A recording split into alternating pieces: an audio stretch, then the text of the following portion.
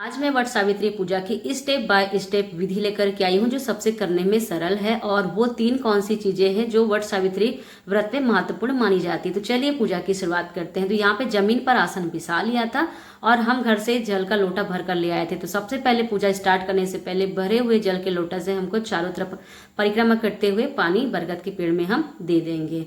और फ्रेंड्स उसके बाद क्या करना है, फिर से हम आसन पर बैठ गए। पूजा की शुरुआत करने से पहले बरगद के पत्तों को बालों में लगाया जाता है। तो बालों से कई बार पत्ता फिसल के बार बार आता है जिससे पूजा में डिस्टर्ब होता है। तो आप क्लिप की हेल्प से जो है पत्तों को बालों में फिक्स कर सकते हैं। आप चाहें तो इन पत्तों को मंगलसूत्र में भी पिरो सकते हैं। उसके बाद गौरी गणेश की स्थापना करेंगे। तो यहाँ पर हमने बरगद के पत्तों में हल्दी और जो है सुपारी से गौरी गणेश बना लिया था, पानी से नहला दिया है। धूप दीप चंदन और फूल माला यहाँ पे हम डाल देंगे और पूजा कर लेंगे गौरी गणेश की। तो यहाँ पे गौरी गणेश की पूजा हो गई। उसके बाद हम बरगद की जड़ों पे एपन लगा रहे हैं। एपन का मतलब होता है चावल और हल्दी का बना हुआ लेप होता है जिससे 5 छापे लगाए जाते हैं। उसके बाद उसी एपन से हम जो है ना पत्तियों में सत्यवान और सावित्री जी की छवि बना लेंगे ताकि हम आसानी से पूजा कर सकें। अब उसके बाद फ्रेंड्स हमको क्या करना है कि जो हमने जो भी वस्त्र लिए हैं, कुछ लोग सासू माँ के लिए भी कपड़े लेते हैं और कुछ लोग नहीं लेते हैं। तो यहाँ पे हमने जो है ना सावित्री मैया के लिए चुन्नी लिया था और यहाँ पे और कपड़ा लिया था पूजा का लाल रंग का।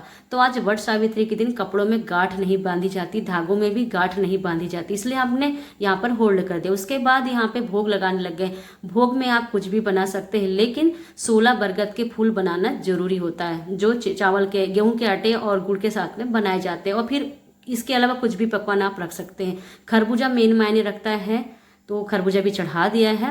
अब उसके बाद में श्रृंगार का सामान हम यहाँ पे चढ़ा देंगे। तो फ्रेंड्स जैसे मैंने कहा कि भोग में आप कुछ भी बना सकते हैं लेकिन 16 बरगद के फूल मायने रखते हैं।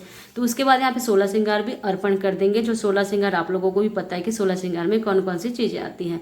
तो यहाँ पर हमने 16 श्रृंगार भी अर्पण कर दिया है माता जी को। उसके बाद अब दीपक लगा दिए हैं। तो वट सावित्री में दूसरी महत्वपूर्ण बात है कि इसमें कपास की बत्ती नहीं लगाई जाती। कच्चे धागे का जो सूत होता है ना जिससे हम परिक्रमा करते हैं उसी धागे से बत्ती बनाई जाती है। अब यहाँ पे हम जो है ना कोसी भरने की तैयारी कर रहे हैं। तो उसके बाद कोसी यहाँ पे भर लिया है। कोसी भरने का मतलब होता है कि लेडीज से जो भी फल फूल ले आती है वो आपस में एक दूसरे से एक्सचेंज करती है, यानी कि जो हमारे साथ में जो भाभी गई थी उनने मुझे दिया और मैंने उनको दिया। बाद में फिर बारी आती है सिंदूर की। तो यहाँ पे हम एक दूसरे को, जो लेडीज है सुहागिन लेडीज होती है, आपस में एक दूसरे को सिंदूर लगाते हुए पूजा के आगे कथा की ओर बढ़ते हैं। तो यहाँ पे सिंदूर दान हो रहा है एक दूसरे का, हम लोग जो है सिंदूर लगा रहे हैं माथे में।